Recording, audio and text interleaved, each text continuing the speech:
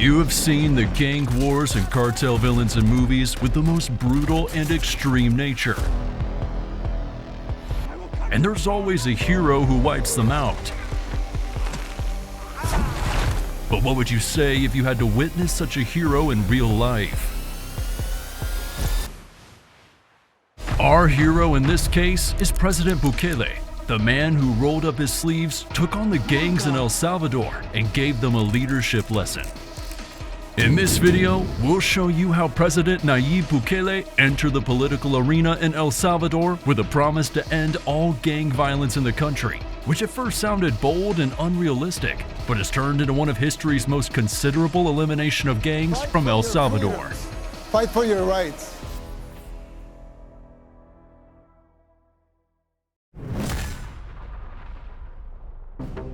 March 25th, 2022 is a grim chapter in the history of El Salvador's tumultuous history, punctuating the ongoing saga of violence that's plagued the nation for decades. The brutal murder of 87 individuals stands as a chilling testament to the entrenched issues festering within the country, casting a stark light on the complexities of its socio-political landscape. At the heart of this tragedy lies a vicious cycle of violence and retribution, with the recent massacre serving as a harrowing reminder of the consequences of government actions. Retaliation, often carried out with ruthless efficiency by criminal organizations or other vested interests, underscores the fragility of peace and stability in El Salvador.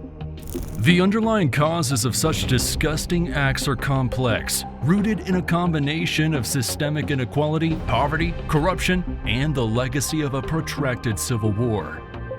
Decades of economic disparity and social marginalization have created fertile ground for criminal elements to thrive, perpetuating a cycle of violence that traps innocent lives in its wake. Moreover, the collaboration of state actors or the perceived lack of effective governance further exacerbates the situation, declining public trust and aggravating societal tensions. In this context, the massacre of March 25th serves as a damning indictment of the failure of institutions to protect their citizens and uphold the rule of law. Such a tragic occurrence has far-reaching effects that go beyond the initial death toll, profoundly scarring the collective psyche of the country. Communities were left shattered, families torn apart, and survivors haunted by trauma that may never fully heal.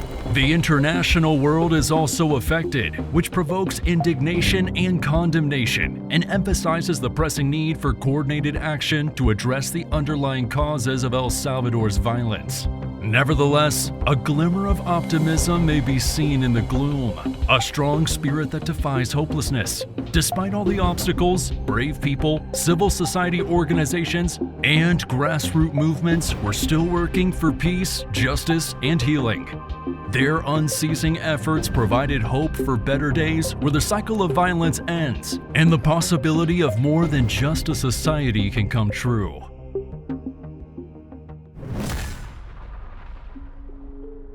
When considering the violent past, certain individuals come to mind as rays of hope and bravery in the face of injustice. Archbishop Oscar Romero is one such person whose steadfast dedication to justice and peace has made a lasting impression on society. During a turbulent time in El Salvador's history, Archbishop Romero presided over the city of San Salvador as Archbishop. El Salvador had social, political, and economic unrest during the 1970s, which was made worse by repression and corruption in the administration. Consequently, the authoritarian state and leftist guerrilla organizations engaged in a bloody civil war. In this chaos, Archbishop Romero emerged as a vocal advocate for the marginalized and oppressed. He used his position within the Catholic Church to speak out against human rights abuses, economic injustice, and state-sponsored violence. Romero's sermons became powerful calls to action, challenging the government and the wealthy elite to address the root causes of poverty and inequality. However, Romero's outspokenness came at a tremendous personal cost. He faced constant threats and intimidation from powerful interests who sought to silence his voice. Despite the danger, Romero remained steadfast in his commitment to nonviolence and reconciliation, believing that lasting peace could be achieved only through love and compassion. Tragically, Archbishop Romero's courageous stance ultimately led to his untimely death. Romero was killed on March 24, 1980 by a shooter associated with right-wing murder squads while attending Mass in a little chapel. His murder sent shockwaves around the world, sparking outrage and condemnation from international leaders and human rights organizations. Yet, even in death, Archbishop Romero's legacy lasted. His martyrdom renewed the Salvadoran people and inspired countless others to continue the struggle for justice and freedom. In 2018, the Catholic Church canonized him as a saint, a testament to his enduring impact on the world. The emergence of MS-13 and 18th Street gangs in El Salvador has deepened the country's turmoil, exacerbating widespread violence and instability.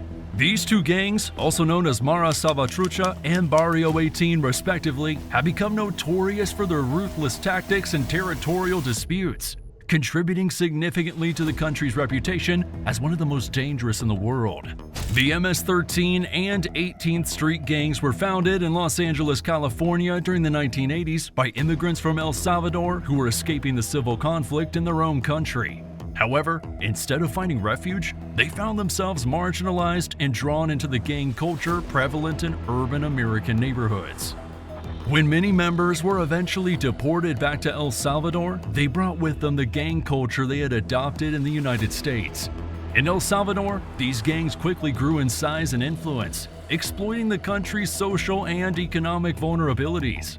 High poverty, unemployment, and weak law enforcement provided fertile ground for their expansion. They established control over entire neighborhoods, extorting businesses, terrorizing residents, and recruiting vulnerable youth into their ranks. The rivalry between MS-13 and 18th Street gangs has been particularly destructive, fueling a cycle of violence that's engulfed communities across the country.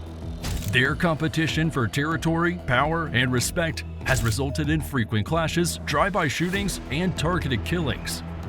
Innocent civilians often find themselves caught in the crossfire, living in fear of being collateral damage in the gang's ongoing feud. The government's efforts to combat gang violence have been met with limited success. Heavy-handed tactics, including mass arrest and aggressive policing, have led to accusations of human rights abuses and fueled further resentment within excluded communities. Social programmers designed to keep young people from joining gangs have had difficulty addressing the underlying issues of poverty, inequality, and opportunity gaps. International efforts to address the issue have also fallen short, with neighboring countries like the United States focusing more on immigration enforcement than on addressing the underlying problems driving migration from Central America.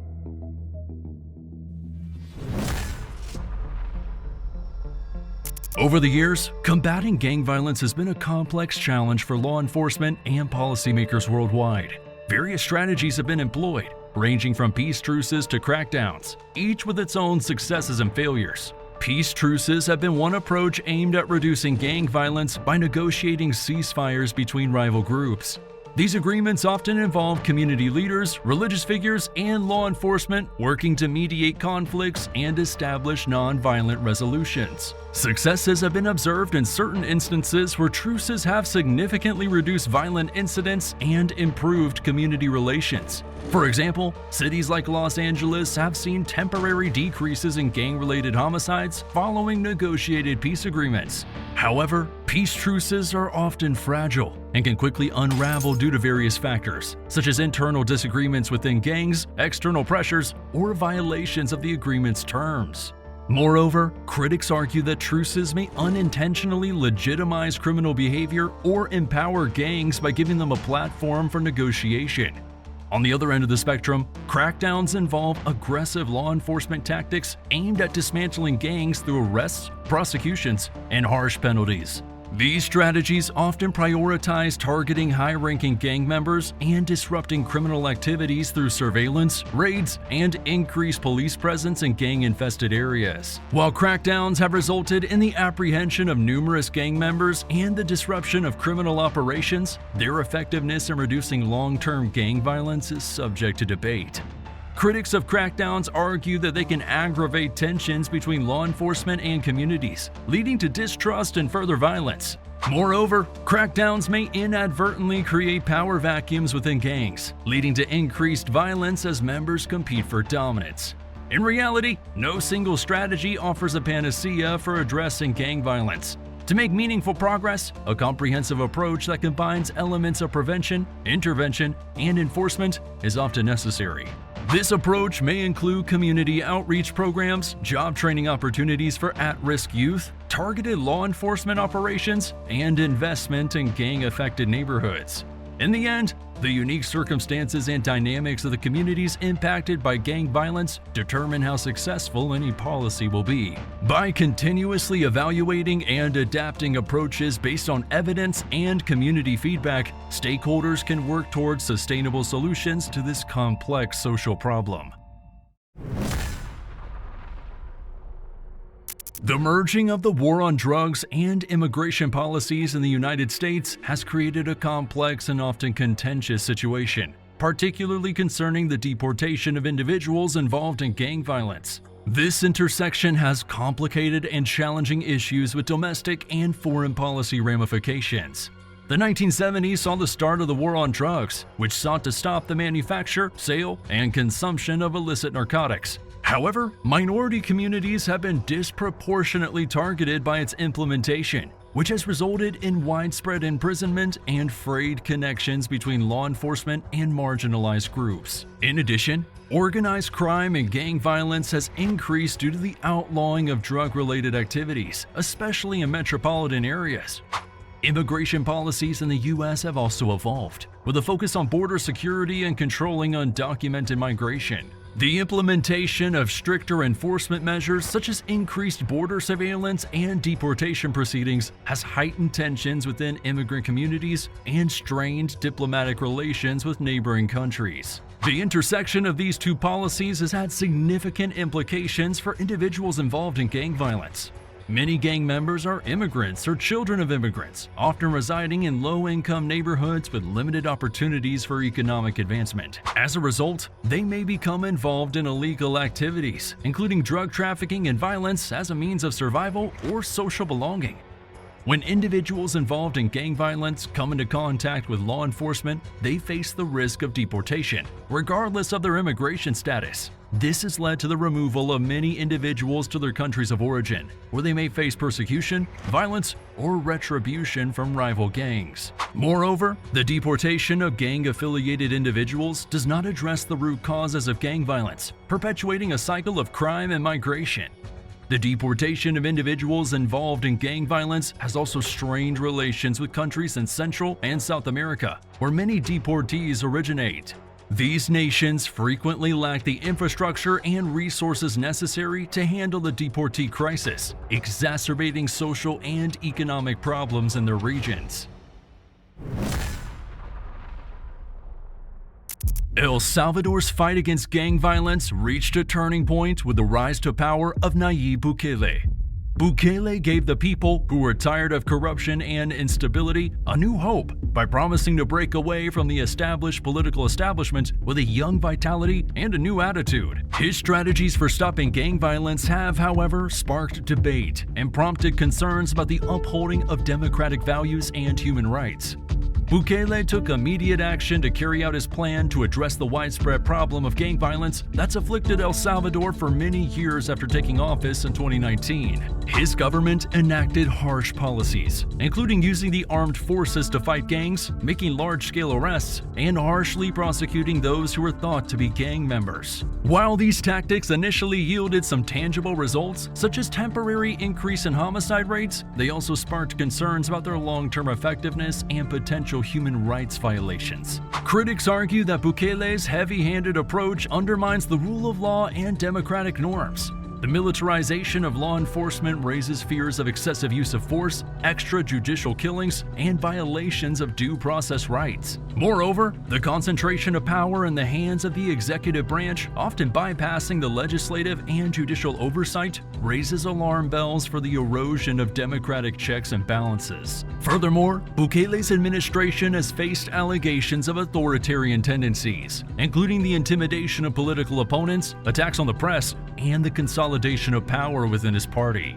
His aggressive style and disregard for institutional constraints have fueled concerns about the future of democracy in El Salvador. Despite the criticisms, Bukele remains popular among many Salvadorans, who see him as a decisive leader willing to take bold action where previous administrations have failed. His promises of restoring security and prosperity resonate with a population desperate for change, particularly in marginalized communities hardest hit by gang violence. President Bukele's aggressive crackdown on gangs in El Salvador has indeed yielded visible results in reducing violence across the country. Under his administration, homicide rates have dropped significantly, signaling a degree of success in his approach to combating gang activity. However, this success has come at a significant cost to democratic norms and human rights. Bukele's methods have raised domestic and international concerns regarding the erosion of democratic principles. His utilization of the military and heavy-handed tactics to target suspected gang members has been criticized for bypassing traditional legal procedures and due process. The concentration of power in the executive branch, coupled with the weakening of the checks and balances system, has raised alarms about the state of democracy in El Salvador. Furthermore, human rights organizations have voiced apprehensions over violating fundamental rights in pursuing security objectives. Reports of extrajudicial killings, arbitrary arrests, and instances of police brutality have surfaced, prompting calls for accountability and respect for human dignity. While reducing violence is undoubtedly a priority for the government and the Salvadoran people, it cannot come at the expense of fundamental rights and democratic principles. Balancing security concerns with the protection of civil liberties is essential for the long-term stability and prosperity of the nation.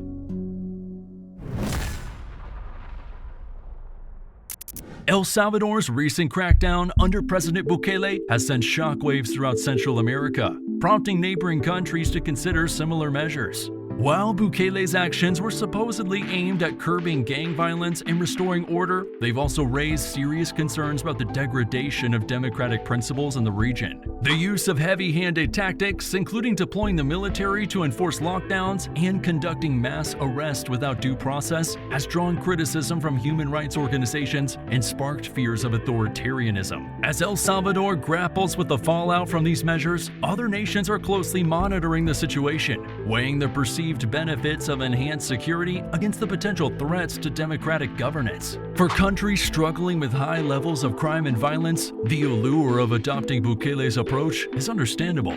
However, the erosion of civil liberties and the concentration of power in the hands of the executive branch pose significant risks to long-term stability and the rule of law. Furthermore, the past has demonstrated that authoritarian policies may quickly go out of hand, resulting in increased repression and societal unrest. These elimination actions of Bukele against the brutal gangs in El Salvador are the perfect example of how to stand up against the intense crime rates in the country and how to shut them down. What are your thoughts? Do you really think Bukele is an example for world leadership? Share your thoughts down in the comments and be sure to subscribe.